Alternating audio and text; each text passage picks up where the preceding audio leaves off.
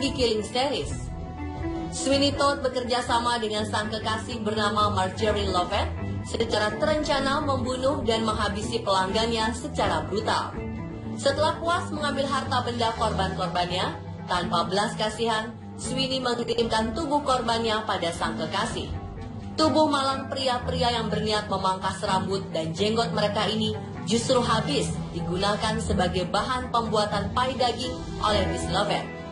Semakin hari, Sweeney semakin brutal dan berani, bahkan nafsu membunuhnya tak pernah terpuaskan. Konon, Sweeney Todd melakukan aksi sadis ini selama 17 tahun dan telah membunuh tak kurang dari 160 orang.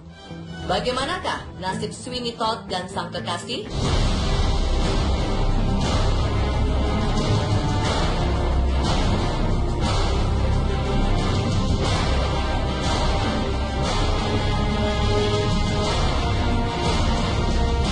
Pasangan ini diduga berhasil ditangkap setelah muncul rumor tentang hilangnya beberapa orang pelaut di tahun 1801 setelah mengunjungi barbershop milik Sweeney. Selain itu, munculnya bom menyengat dari arah gereja St. Dunstan membuat polisi melakukan penyelidikan. Sir Richard Blunt, yang merupakan kepala polisi kala itu, memerintahkan anak buahnya untuk mengawasi toko barbershop Sweeney Todd. Saat penyelidikan terowongan gereja, ia dan anak buahnya terkejut kala menemukan sisa-sisa potongan tubuh manusia. Mereka pun mengikuti jejak kaki di terowongan tersebut dan berakhir di ruang bawah tanah toko daging Mrs. Lovett. Sir Richard Blunt kemudian menggeledah rumah Sweeney ketika tukang cukur tersebut tak ada di rumah. Di sana ia menemukan lemari penuh dengan baju-baju serta laci yang penuh dengan benda-benda berharga seperti jam tangan emas. Keduanya telah dicurigai pun akhirnya ditangkap dan dijebloskan ke dalam penjara. Mrs. Lovett dikabarkan bunuh diri di dalam penjara setelah mengakui perbuatannya. Sementara Sweeney Todd diadili dan terbukti bersalah telah membunuh seorang pelaut bernama Francis Thornhill. Francis kala itu ditugasi untuk mengantar seuntai kalung mutiara bernilai ratusan juta pada seorang wanita muda di London. Dalam perjalanannya, Francis mampir ke barbershop milik Sweeney dan dilaporkan tidak pernah kembali. Sweeney terbukti telah menggadaikan kalung mutiara tersebut.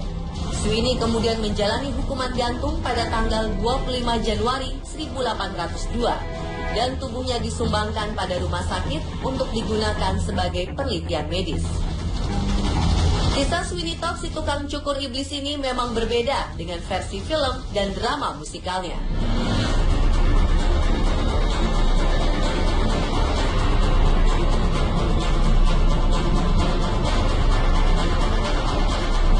Namun banyak pihak yang tak yakin bahwa Sweeney Todd benar-benar ada. Keberadaan tukang cukur iblis ini hanyalah urban legend yang bersumber dari naskah atau novel karya Charles Dickens yang berjudul Pickwick Papers. Seorang tokoh di dalam novel ini bercerita tentang seorang pembuat pie yang sering menggunakan daging kucing sebagai isian pie-nya. Charles Dickens kemudian mengembangkan karakter pembuat pie ini dalam novelnya Martin Chuzzlewit yang diproduksi 2 tahun sebelum munculnya tokoh Sweeney Todd dalam The String of Pearls yang dikarang oleh pengarang Enonet. The String of Pearls muncul secara berseri dalam majalah mingguan di tahun 1846 dan menjadi hits di Inggris. Dalam Martin Chuzzlewit ada tokoh bernama Tom Pinch yang merupakan seorang pembuat kue kanibal. Sementara itu ada kisah lain yang cukup terkenal di Paris di tahun 1307.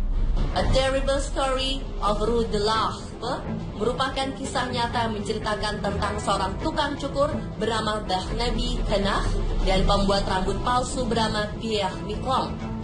Barnaby dan asistennya Pierre membunuh pelanggannya dan mencuri harta benda mereka.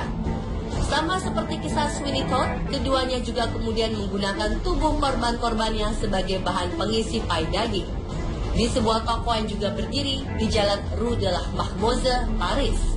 Keduanya ditangkap pada tanggal 7 Oktober 1307 setelah toko mereka digeledah dan ditemukan alat-alat pemotong daging di ruang bawah tanah. Barnaby dan Pierre akhirnya mengakui kejahatannya pada 10 Oktober 1307. Toko mereka kemudian dibakar habis. Kemungkinan pengarah kisah Sweeney Todd, si tukang cukur iblis, mendapatkan inspirasi dari kisah Barnaby dan Pierre.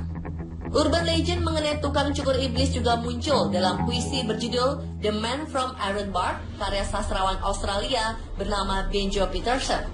Namun ada beberapa gelintir orang yang juga percaya bahwa Sweeney Todd merupakan tokoh kriminal nyata yang benar-benar pernah hidup di dunia. Peter Haining dalam tulisannya berpendapat bahwa Sweeney Todd merupakan tokoh bersejarah yang melakukan kejahatannya sekitar tahun 1800-an. Namun para peneliti lain yang ingin memverifikasi pendapat Peter Haining tidak berhasil menemukan bukti apapun. Setelah memeriksa data milik pengadilan Old Bailey tentang pengadilan Sweeney di tahun 1801 dan hukuman gantung yang dilakukan pada Januari 1802, mereka tidak menemukan adanya data yang membuktikan klaim Peter Haining. Selain itu, tak juga ditemukan bukti bahwa nama Sweeney Todd pernah dipenjara di Newgate saat masih remaja.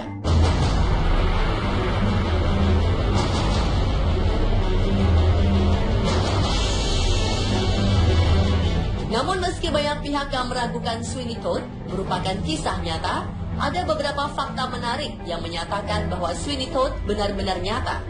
Sebuah tulisan berjudul The Story Pages Collector yang dipublikasikan di abad ke-18 dan diterbitkan kembali pada tahun 1956 menyebutkan bahwa telah ditemukan sejumlah tubuh manusia yang terkubur di lantai ruang bawah tanah sebuah toko kosong.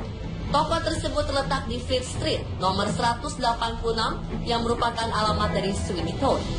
Tulisan tersebut juga menyebutkan bahwa toko kosong tersebut sebelumnya dimiliki oleh seorang tukang cukur bernama Sweeney Todd.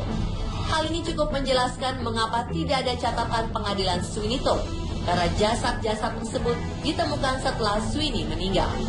Seorang sejarawan bernama O.G. Lofts menambahkan, jika di tahun 1880 beberapa gedung tua di Fleet Street dirubuhkan, dan tepat di Fleet Street nomor 186 ditemukan tulang belulang manusia.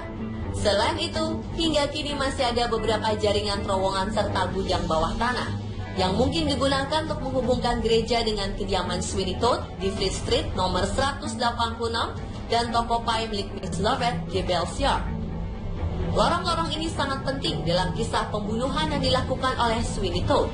Hingga kini, hanya ada satu catatan otentik dari korban yang dibunuh oleh Sweeney di kursi miliknya. Catatan tersebut ditulis tangan oleh seorang lelaki yang mengaku ayahnya telah dibunuh oleh Sweeney Todd sekitar tahun 1798. Pria bernama Thomas Shadwell yang bekerja sebagai pengawas di rumah sakit Bartholomews juga dirampok oleh Sweeney Todd.